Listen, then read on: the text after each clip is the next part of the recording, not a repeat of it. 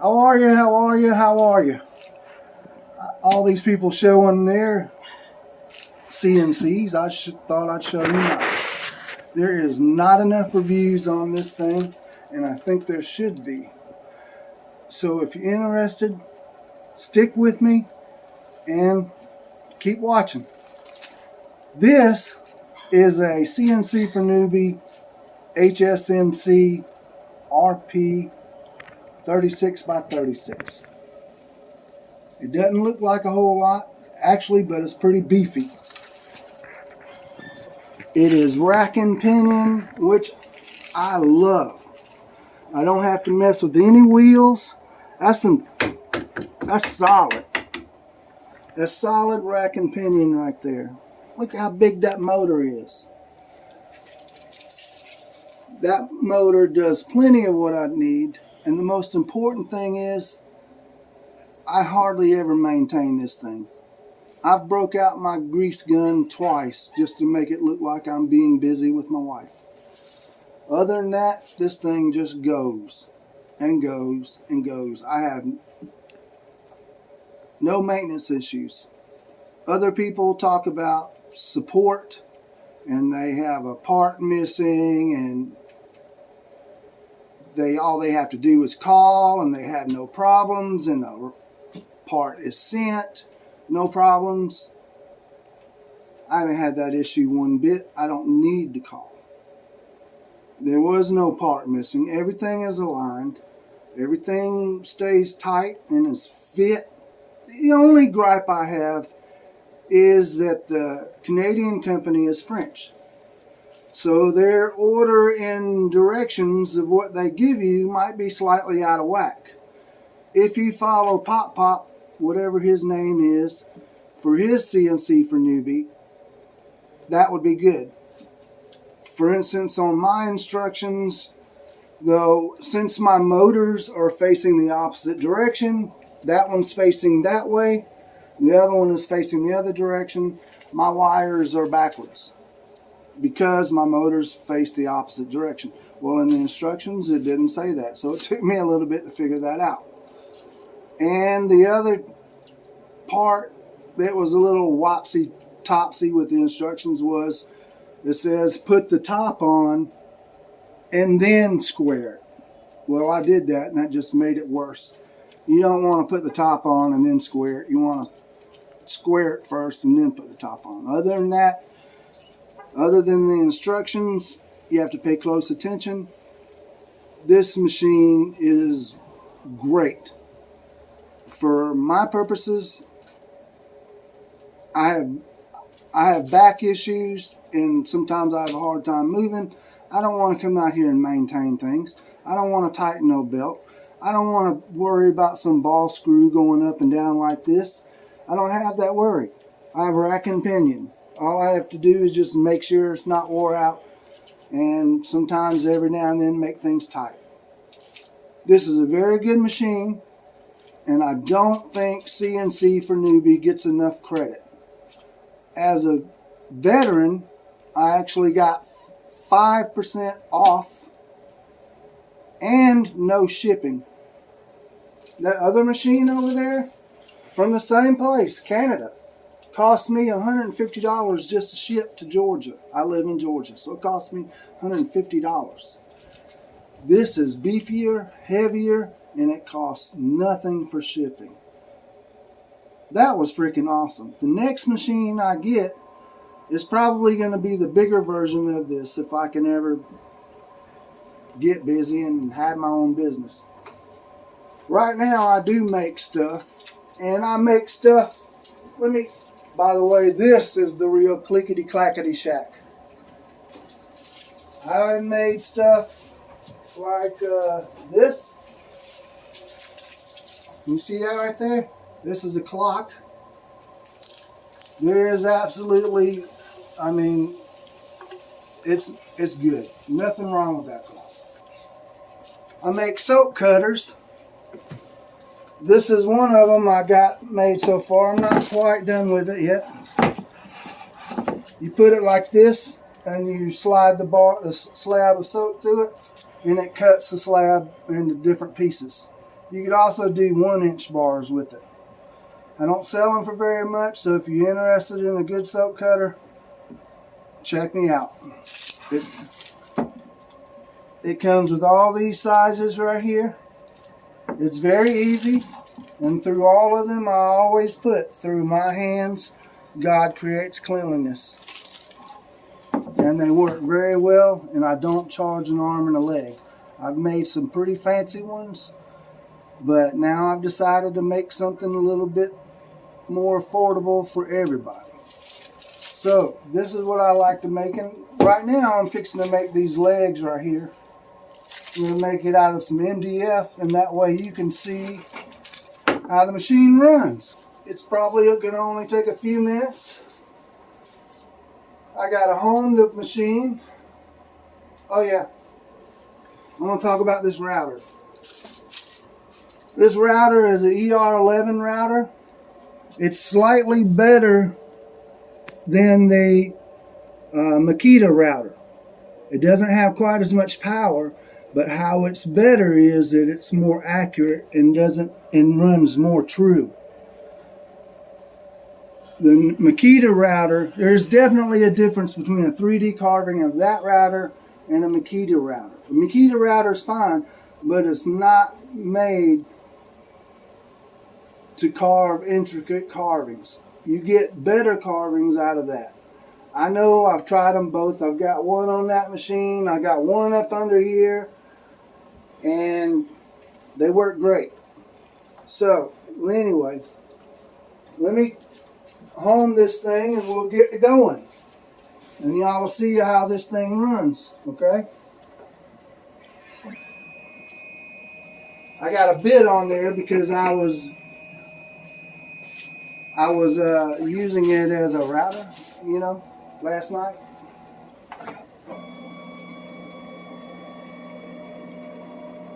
And no, I'm not going to make it home fast. I'm perfectly fine like it is. I don't need it to skip no steps.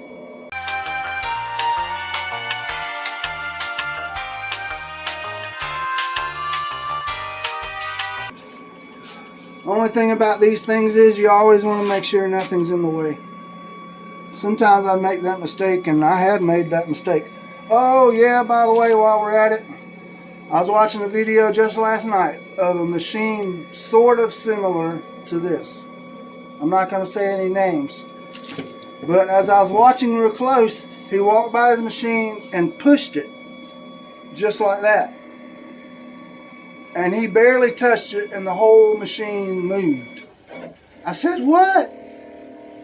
I can push it, but it takes considerable more strength. I have to use 2 hands to push this thing. This thing is not light. It's heavy duty. All right.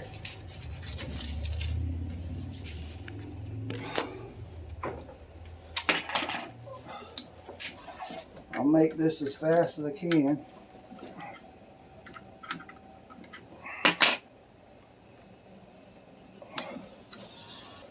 I'm using a 1/8 inch compression bit from Cody, whatever his name is. It's very sharp. They work very well. And I bought it this way. What I like about it is because it's got a 1/4 inch. It's not 1/8 of an inch. It goes from 1/8 of an inch to 1/4 of an inch. So I love this thing. This thing flat out moves. And I believe I got it set for 85 inches a minute. And that is the downfall of this router. And I'll tell you in a minute.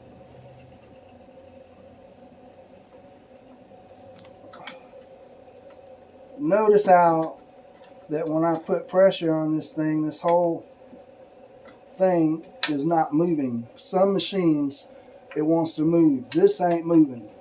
I can tighten this up all I want to, and this thing ain't moving, so that's a plus. All right, well, what was I saying? Oh yeah, the router is the only downfall. Since I'm not in production mode, I can't go quite so fast because it will bog down. And one thing I like about this machine is when it bogs down, if I make it go too fast, since it is not ball screw, there's not as much torque. And this thing is made so where it'll shut off. And since there's not quite as much torque, I won't break my bit. That's the savings of $50, $60 right there. So I love that part. While this thing can go fast, if I put a bigger router on it, I can go faster. But I'm not in production mode, so I don't see where I need to put one in yet. So, alright, we're going to set the X and Y and all that good stuff. Oh yeah, I love this thing. This thing's great. First we're going to set the Z. I'll go ahead and show you how fast it'll go. How I got it set. Let's see. Rapid. This is it going rapid. Don't you love that sound? I love that sound. Look at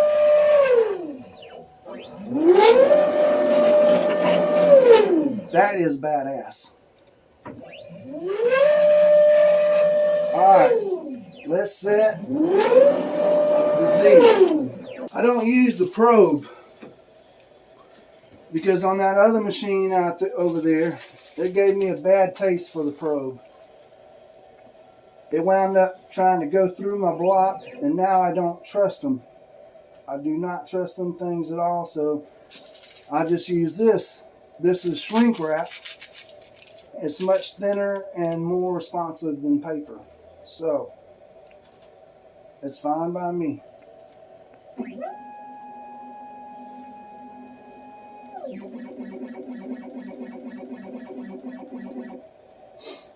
And I believe we have it going through the bottom.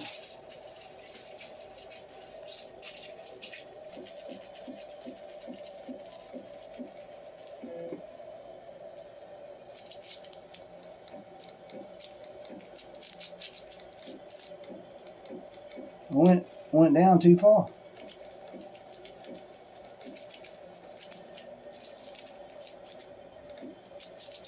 That's good for me, right there. That's enough. Alright. So we're going to set the Z to 0. 0 at the Z. Now we're going to go up here and set the X and the Y. Let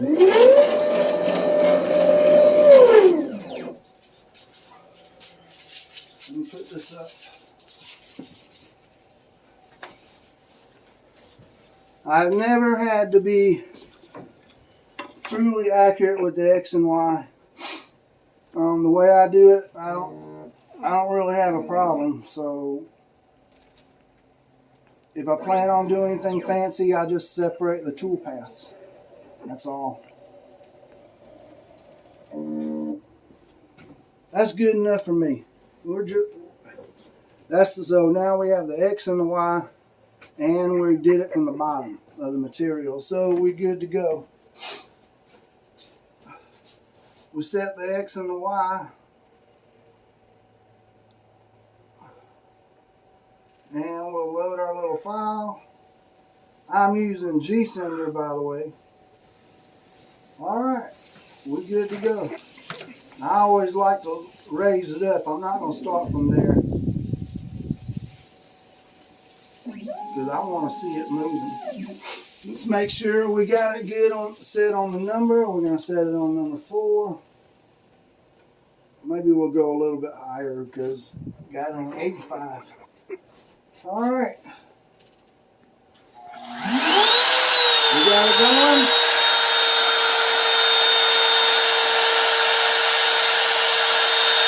There it is, cutting.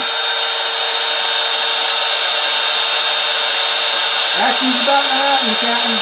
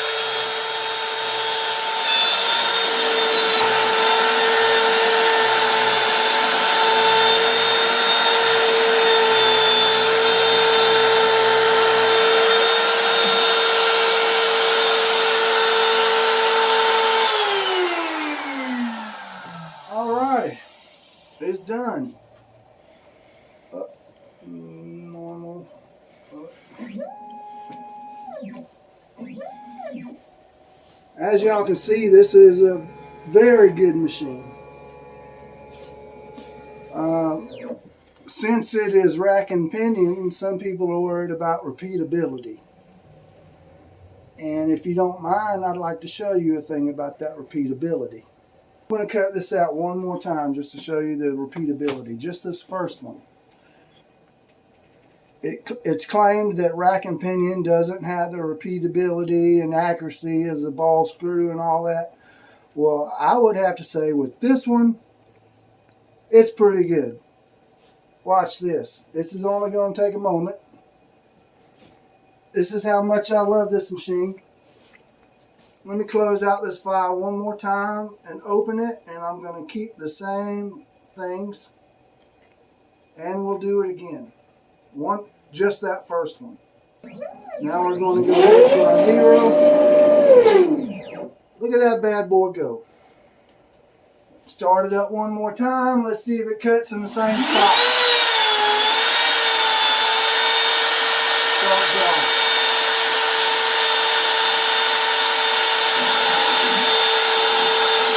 You got it cleaned up close.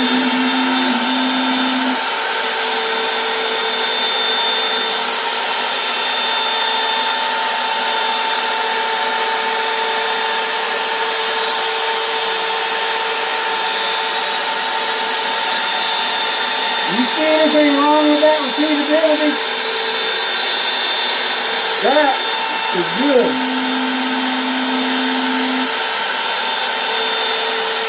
We'll go ahead and stop this bad boy.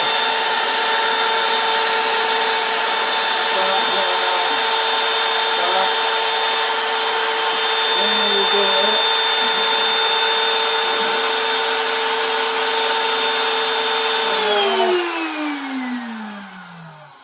And we'll send it back home.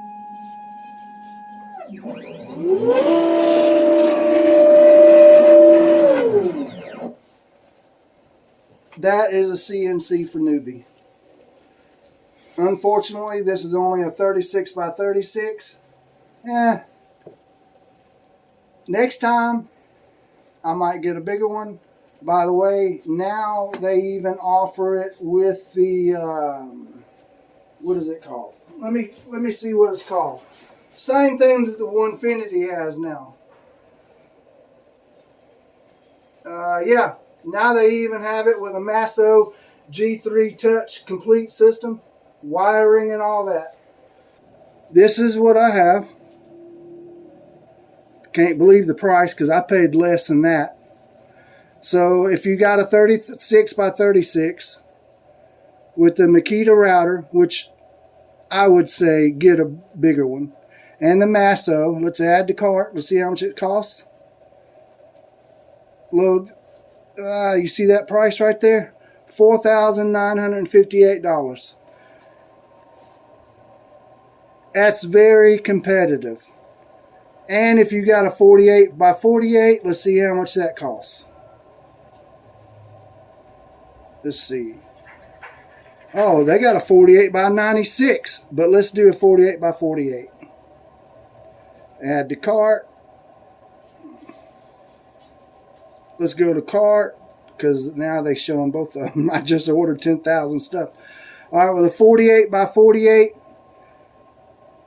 with what I have is $5,658, and that's with the Makita router and all that. That's for a 48 by 48. Now that's big.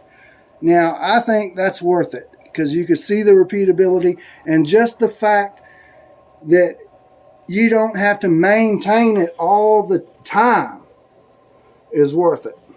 You don't have to worry about screws coming out. You don't have to worry about things misaligned. You don't have to worry about wires coming out. In fact, you don't even need customer support. The only thing you might need customer support for is how to run the Masso. And you have YouTube for that. All right, well anyway, thanks for watching my review and thank you very much.